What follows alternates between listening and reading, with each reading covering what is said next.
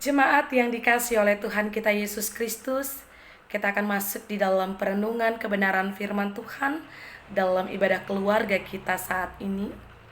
Sebelum kita membaca dan merenungkan kebenaran firman Tuhan, mari kita berdoa.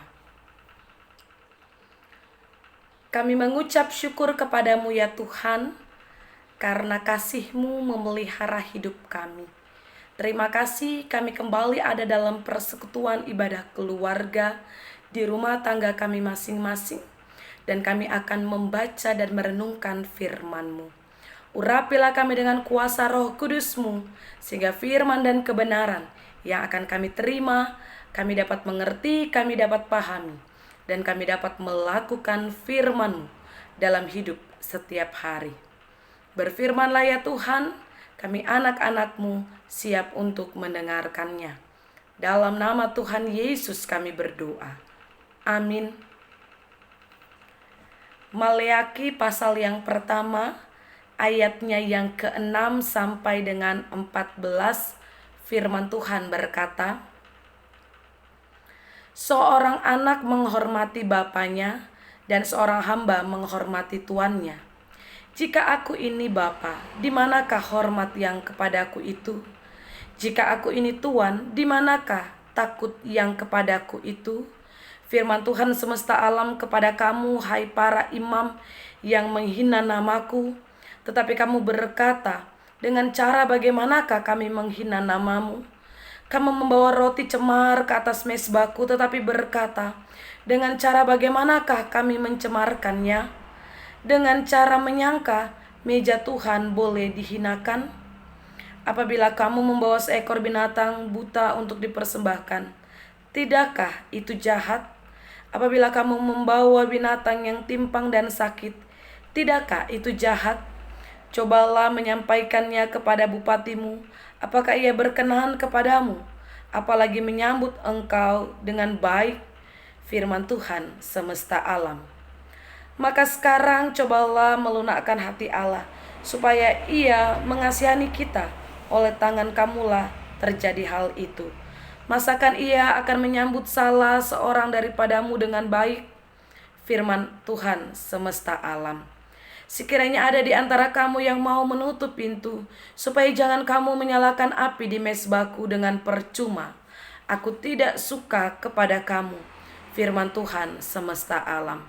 Dan aku tidak berkenan menerima persembahan dari tanganmu. Sebab dari terbitnya sampai kepada terbenamnya matahari, namaku besar di antara bangsa-bangsa, dan setiap tempat dibakar dan dipersembahkan korban bagi namaku, dan juga korban sajian yang tahir, sebab namaku besar di antara bangsa-bangsa. Firman Tuhan semesta alam. Tetapi kamu ini menajiskannya, karena kamu menyangka meja Tuhan memang cemar, dan makanan yang ada di situ boleh dihinakan. Kamu berkata, lihat, alangkah susah payahnya, dan kamu menyusahkan aku. Firman Tuhan semesta alam.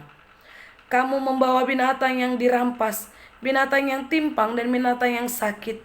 Kamu membawanya sebagai persembahan. Akan berkenankah aku menerimanya dari tanganmu? Firman Tuhan.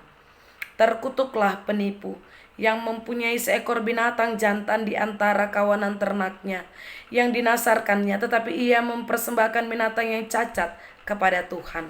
Sebab aku ini raja yang besar, firman Tuhan semesta alam, dan namaku ditakuti di antara bangsa-bangsa.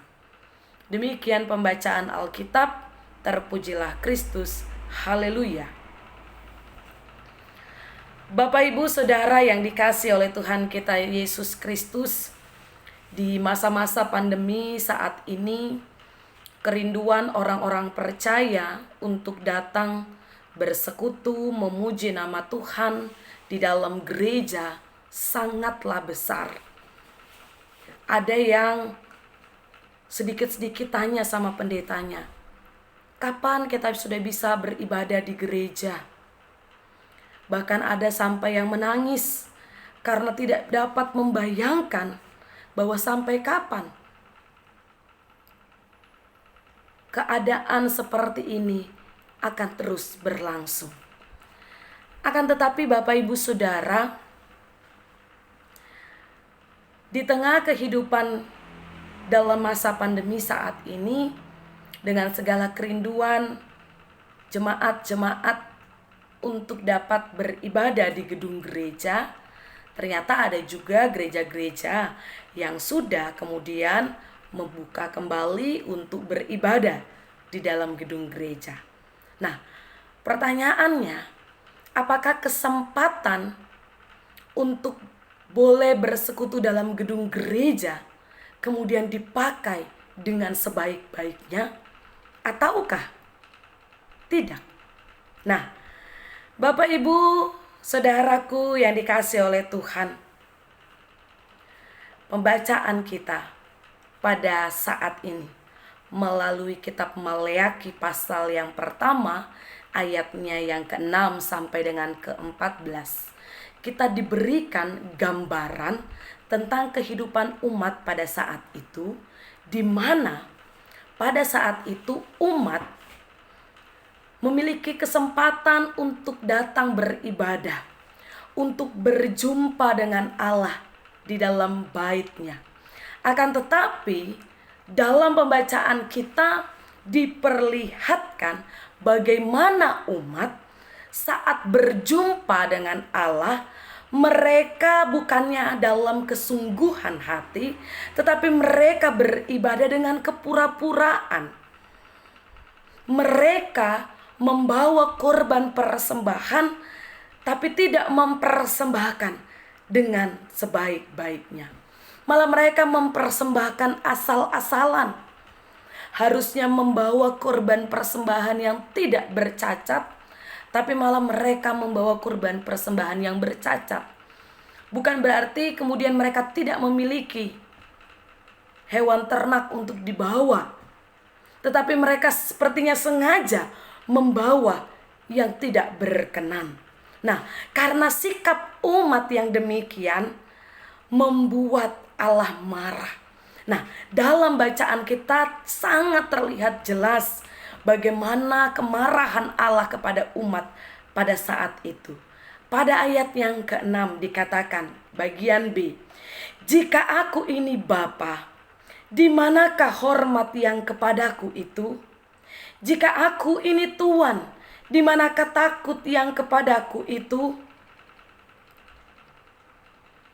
Dari kalimat ini kita dapat melihat jelas gambaran kekecewaan Allah kepada umat pada saat itu, di mana pada saat itu umat sungguh-sungguh mereka menyakiti hati Allah dengan hidup beribadah yang tidak baik.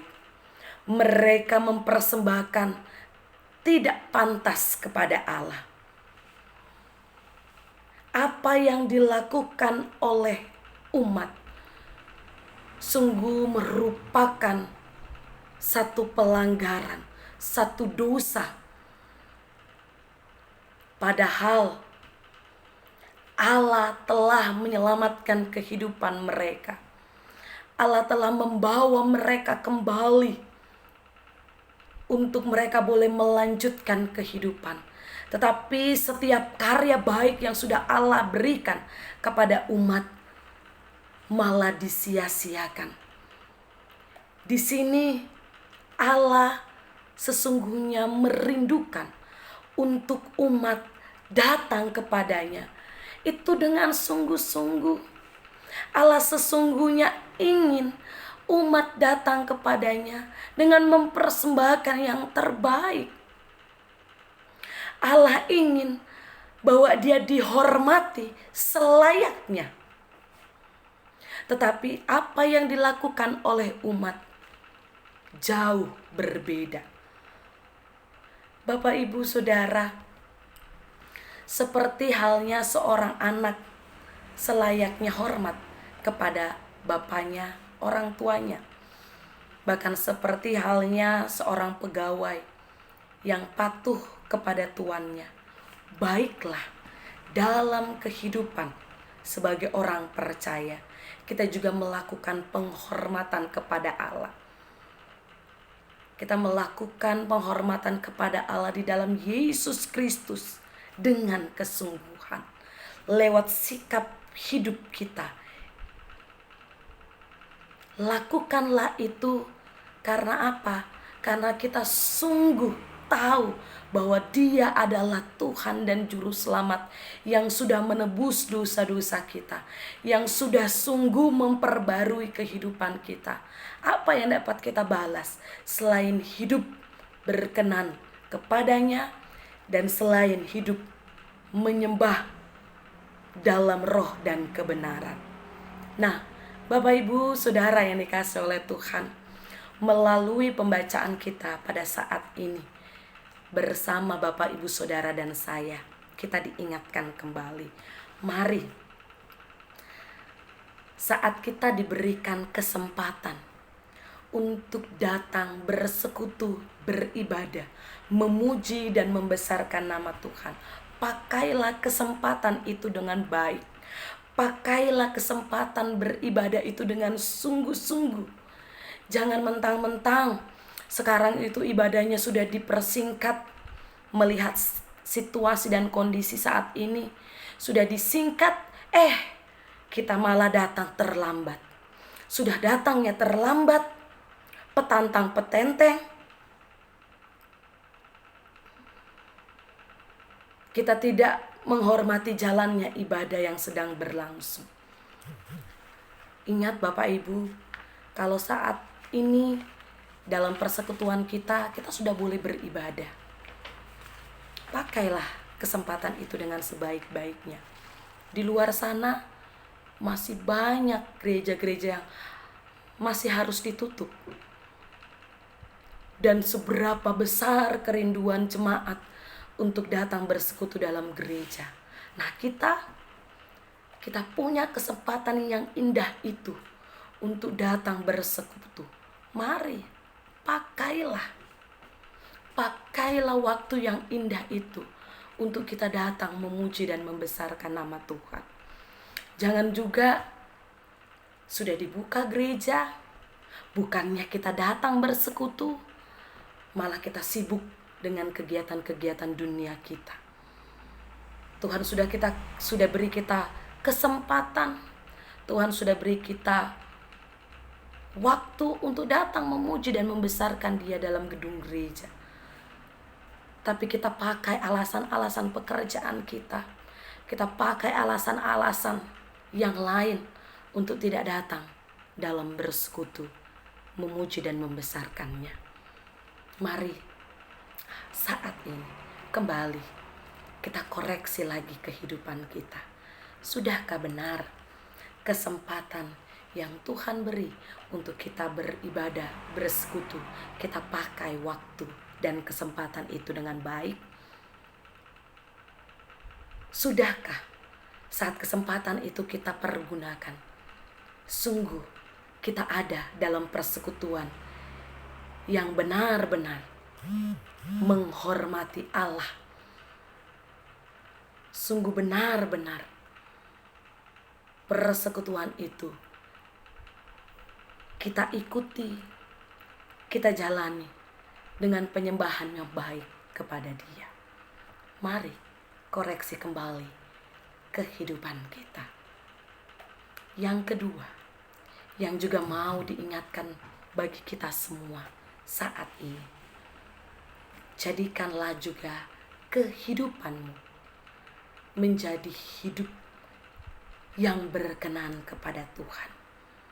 Bukan saja kehidupan beribadah yang rajin agar dilihat orang, tapi juga sesungguhnya hidup dan kehidupanmu saat engkau berjumpa dengan setiap orang, baik saat engkau bekerja, baik di tengah kehidupan persekutuan, maupun juga di tengah kehidupan kita bertetangga, bermasyarakat.